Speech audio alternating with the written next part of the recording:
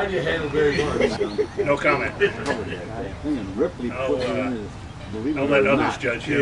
It's my brother-in-law, Walter. This is Fred Walter. Yeah. Happy to meet you. Yeah, hi, Ray.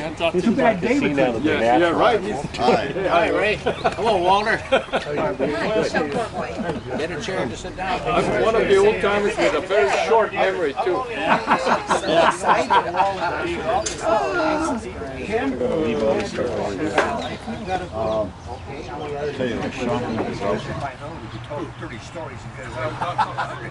Situation, yeah.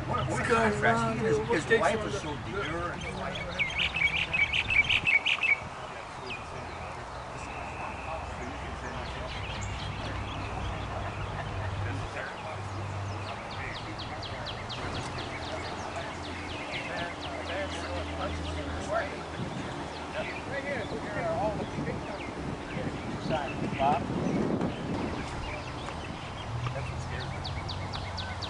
You better sign that before you forget.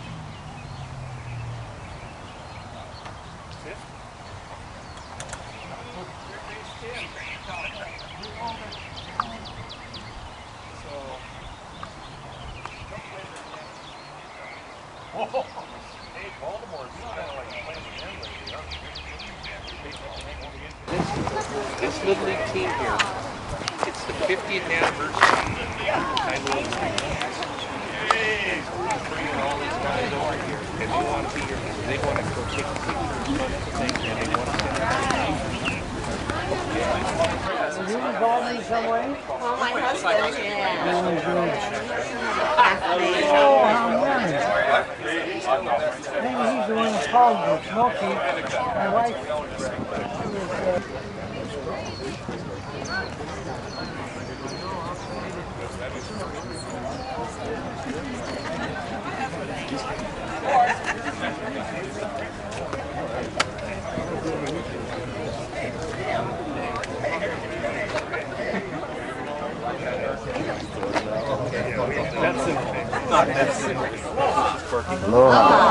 Today is Alexander Joy Cartwright Jr.'s 185th birthday. He was born April 17, 1820 in New York City and joined the majority July 12, 1892 in Honolulu. Alec, as he is affectionately known, packed a lot of living in his 72 earthly years, and Bert Borsch and Lyle Nelson will chronicle his adventures and achievements later on. When Alec was a young lad, he spent a great deal of time at the fire station near his home. The fire station was called Dockard Engine Company. It was there that he developed his love, his appreciation, and his respect for firemen and firefighters. It is not a coincidence that he named his baseball team the Knickerbockers. We have a picture in 1939 of Babe Ruth doing the same thing. I'm very proud to be able to do this and to be here with all you folks today. If it's good enough for the Babe, it's good enough for Corky.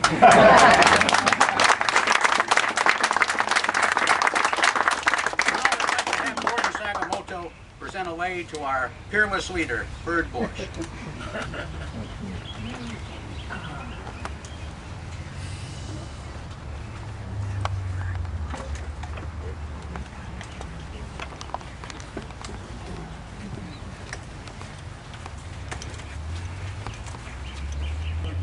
Hey, thank you, Gordon. This is what happens when you have an informal lunch.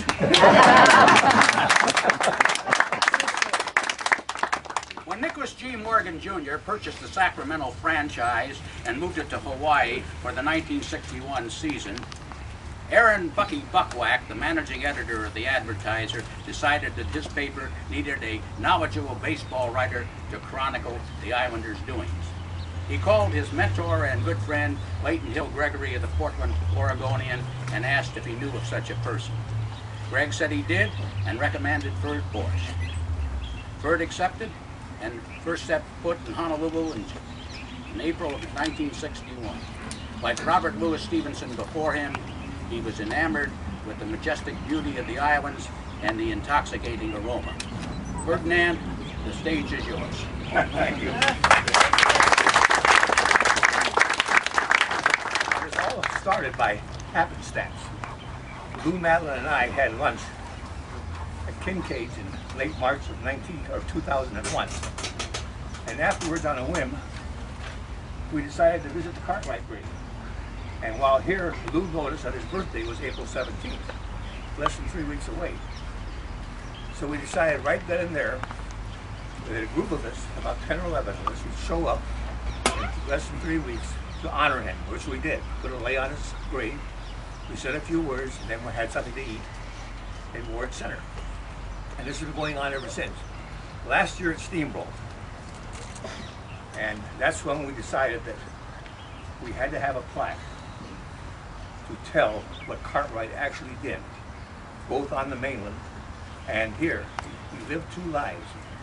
But he went into the Baseball Hall of Fame as the father of baseball. As Lou mentioned, he founded the Knickerbocker baseball team in New York. And they were playing in the mid-1840s, but they had a problem. The baseball rules were very flexible back then. They varied from game to game and from area to area. So in 1845, Cartwright was asked to write some rules of baseball they could live by. And so he did that. Baseball will be played on a diamond or a square. Home plate, first base, second base, third base. There'll be 90 feet between the bases, which is perfect for the game, as we found out. A game would be 9 innings. There would be 9 players to a side. There would be 3 outs per side, per inning. And the beauty of it is an unalterable batting order. You couldn't switch players around. I mean, once you got them in the batting order, that's where they were. And that's another beauty of the game. And that's how the game started. And they decided to play the first game on a cricket grounds on the Elysian Fields in Hoboken, New Jersey. It was in June of 1846. Now, Cartwright was the best pitcher and also the best position paper on the Knickerbocker team. So they played a team called the New York Nine. And Cartwright decided to be the umpire in that game. They could have used his services as a player because they got beat 23-1 the New York Nine. And he was the umpire in that game. And he established a rapport between the umpire and the player, because in the course of that game, a New York Nine player swore at him and he fined him 6 cents. That started that little tradition, umpire versus player. So after that, the game, that's how the game started. Now that particular game in Hoboken, New Jersey. Now, Cartwright was a very gifted person. He was a teller at a bank in New York, the New York Union Bank, I think it was. Now there's a baseball connection there too, because the cashier at that bank was a guy named David Evans, who was an ancestor of Charlie Evans, who later purchased the Brooklyn Dodgers and built Evans Field on Flatbush Avenue. So there's even a connection there. But Cartwright was a very, very adventuresome guy. And he heard about the gold rush in California. And so he decided that he'd leave his family in New York and go to California by covered wagon. And it was like the Johnny Appleseed of baseball. It took him 160 days to go from St. Joseph, Missouri to the West Coast. And along the way, he introduced the game of baseball to the pioneers along the way, the Indians, and to the soldiers of the various forts. And when he got to San Francisco and Sacramento, he also introduced the game there. Well, things didn't work out too well for him, so he decided that he was going to return home the long way, by way of China. He had friends in China. So he went on a sailing ship, a Peruvian sailing ship. And when he got to Honolulu, he got very, very sick. And they had to take him off the ship. And after several weeks, he recovered. He liked what he saw, and he sent for his family. And that is where Lyle Nelson will take over. He will tell you about what Alexander Cartwright did here, and he did a lot. So that is how baseball started, and the fact is that Alexander Cartwright is in the Hall of Fame. Now, you heard about Abner Doubleday. Well, he's not in the Hall of Fame, and it was a myth perpetrated by A.G. Spaulding. But Doubleday did have a place in history. His troops fired the first shots in the Civil War for something. That's his only place in history. So I'll give it over to Lyle Nelson. Okay, Lou. The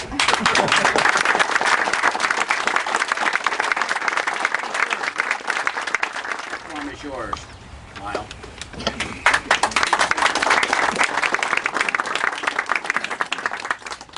You've heard about New York and the 49ers and the arrival of Mr. Cartwright in Honolulu at the docks. And he goes across the street when he gets to the docks, and here's a friend of his that I think Bird mentioned, gets a job as a bookkeeper. And that started 43 years of life in Hawaii and an amazing rise in the stature of this man in this community. It's what he became is hard to believe. You've heard something about the fire chief part of it. He's a very successful businessman, starting out as a whale ship agent. He gets into banking, he gets into insurance, he's doing loans. And here's what he accomplished over the next 40 years. Trustee, Queen Emma Estate. Trustee, Queen's Hospital. President, Chamber of Commerce. President, American Relief Fund. Peruvian Council, founder of the American Seamen's Institute, president of the library, and creator of the reading room in the library. Also president of the Union Iron Works, which may be the forerunner of the Honolulu Iron Works, I don't know. He had some hobbies. One was collecting coins, and one was reading periodicals. And at his death, they said that he was a guy in pretty good shape, that he could walk pretty fast and so forth, so he liked to stay in shape. To give you an idea of Cartwright's importance, he had two homes. Not too many people in Hawaii back in those times had two homes. He had one downtown, and he had one on what's now Fort Virusi. That's where he died. Some of my information indicates he was still a U.S. citizen. That gives into politics. I don't know for sure about that. One of you historians out here in the crowd will know. Now comes the death of Cartwright, and the Pacific Commercial Advertiser fills its pages with Alexander Joy Cartwright for that day, the 17th, and for several days after that.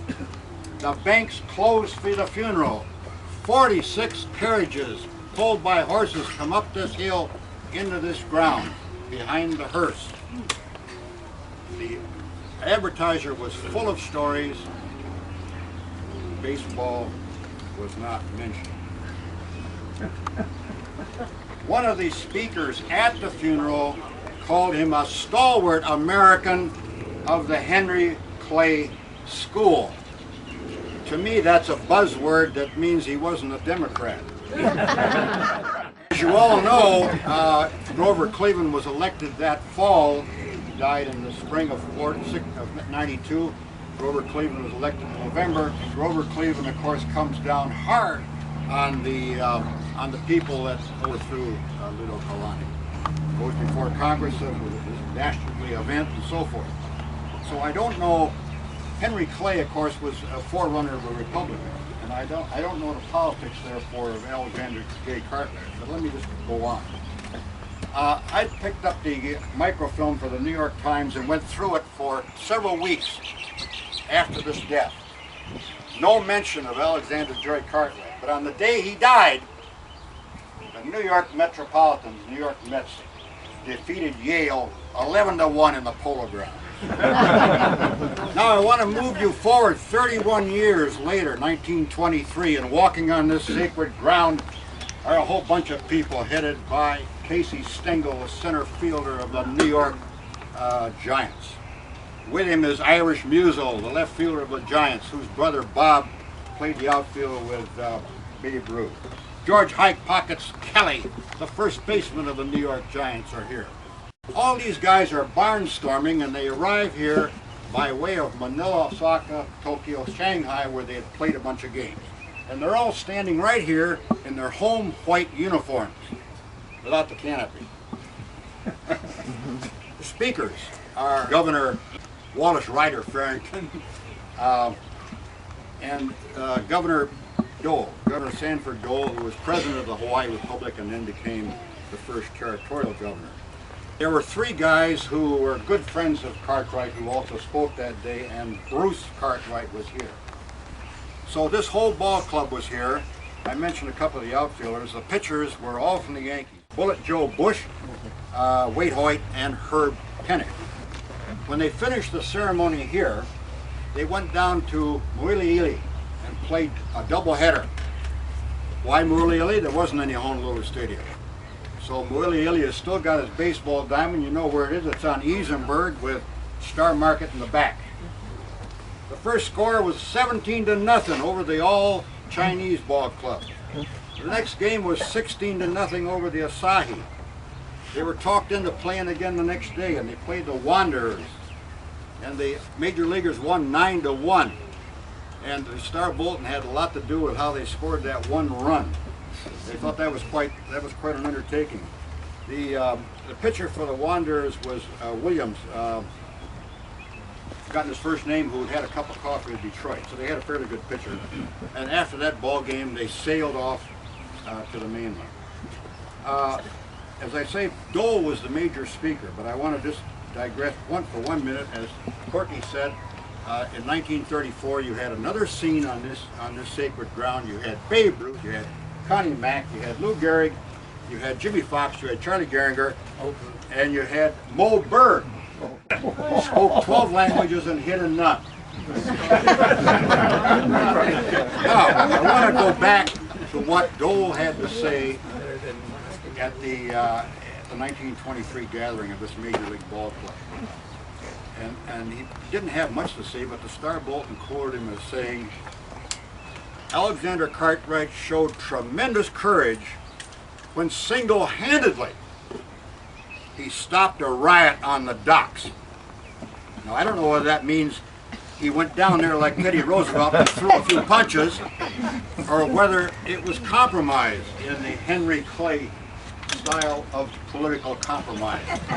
One of you historians here maybe can tell me what happened down at the docks that day, but that's all Governor Dole would talk about, is how Cartwright stopped this fight. Thank you very much. Just a few words. I wanted to come today because I'm all about honoring great Honoluluans, people who give of themselves, who make a mark in our community.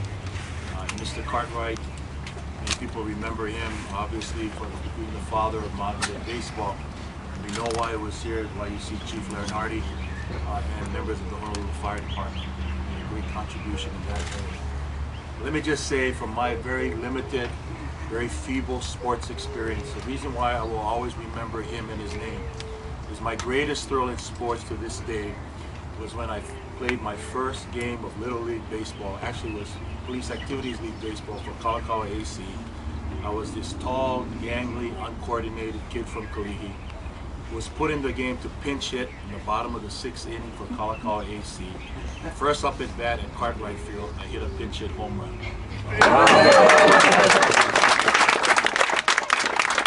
Ever since that, the coach said, you know, you must have a good bat, so I got to put you in someplace. And I started after that game there. So that's why I have very fond memories of Mr. Cartwright and Cartwright Field. Bless all of you for continuing to honor great man. And I'm just happy to just play a small part as a mayor for me. Mahalo. Thank you.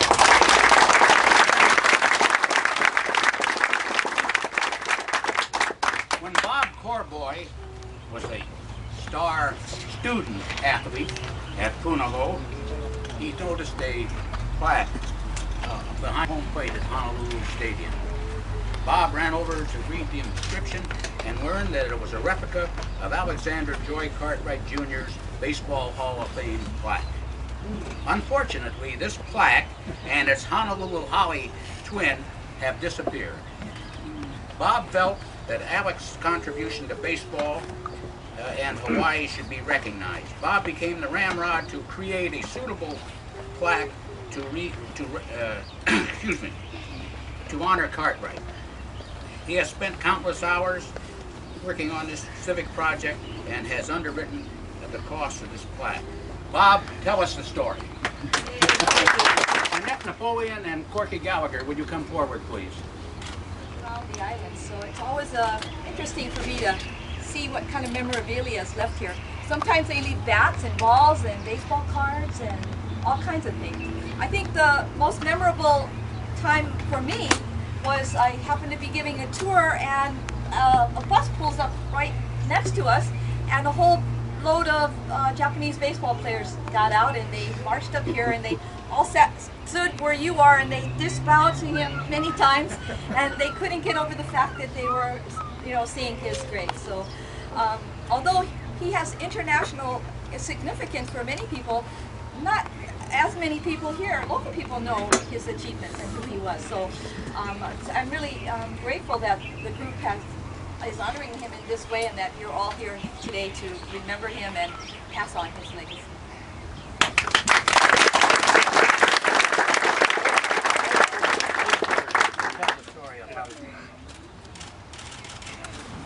There we go. A week ago today, we had no plaque, and we were getting a little nervous. We called on Jack Sullivan, who is the patron saint of hopeless causes, and he's great. And the next day, it arrived. This plaque was made in Indiana by a professional company. It's solid brass. It weighs 80 pounds, and they guaranteed it for 300 years, which should cover most of us here.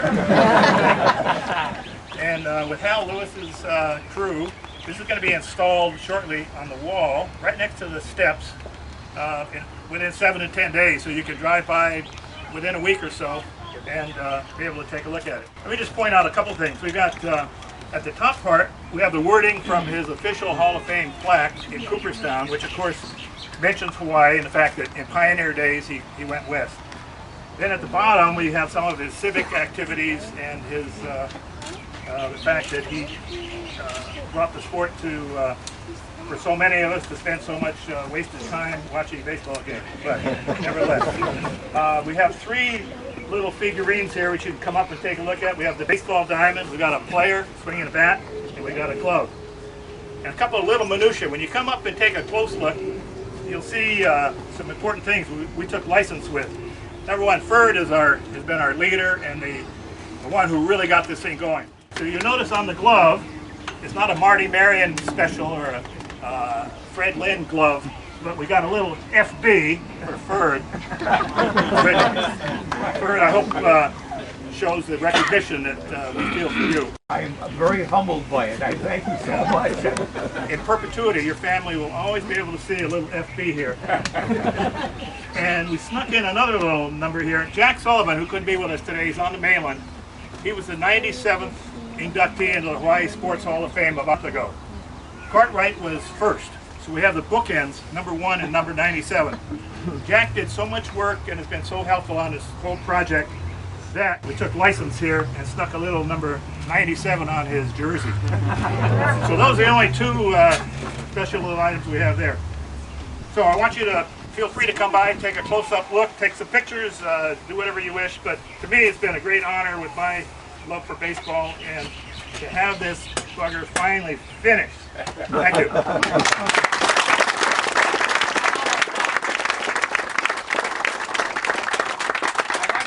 Corky Gallagher designed the plaque. Corky?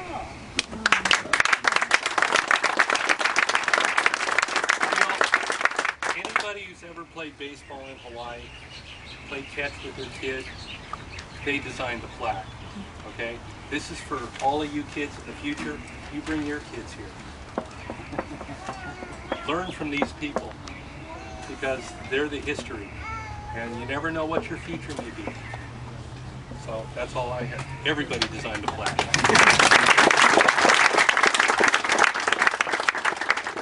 I am sure that a great many of you would like to be patrons of Hawaii history. You can do so by helping to pay for the cost of the plaque. Tim Gillespie, the friendly banker, retired banker from the First National Bishop Bank, is sitting at a table behind you, and he will be glad to relieve you of your money. Joseph Stanton teaches American history, American studies and art history at the University of Hawaii, Manoa. He is also a widely published author and poet. Professor Stanton has been invited to be a panelist at the Baseball Hall of Fame Writers Symposium in June at Cooperstown. Professor Stanton, please enlighten us.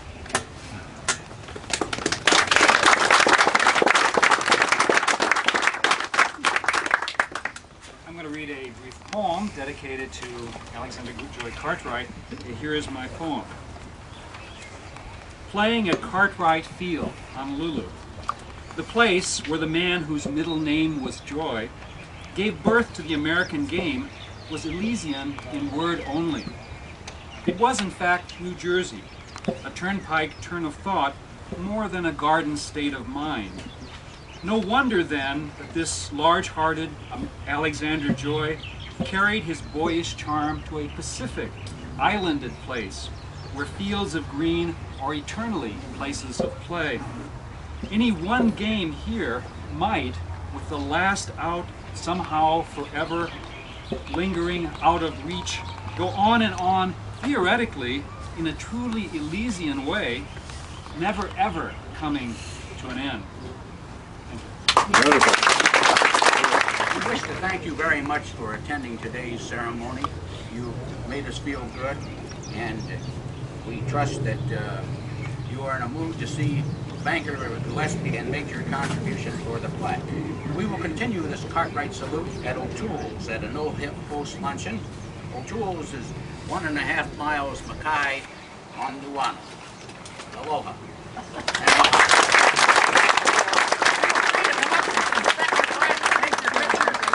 And have fun. What we'd like to do, I know that we'd like to get the firemen if they would like to take pictures. I know that the Little League group would like to take their pictures.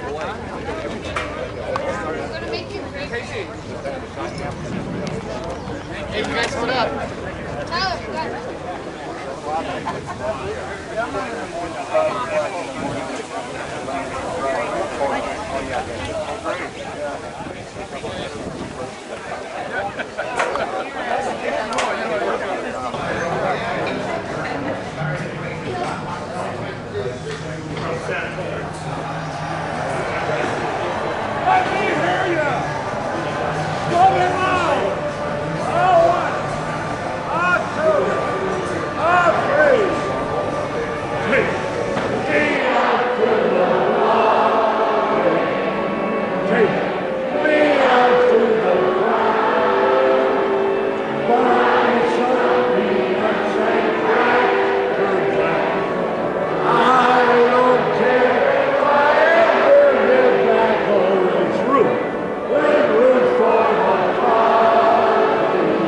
If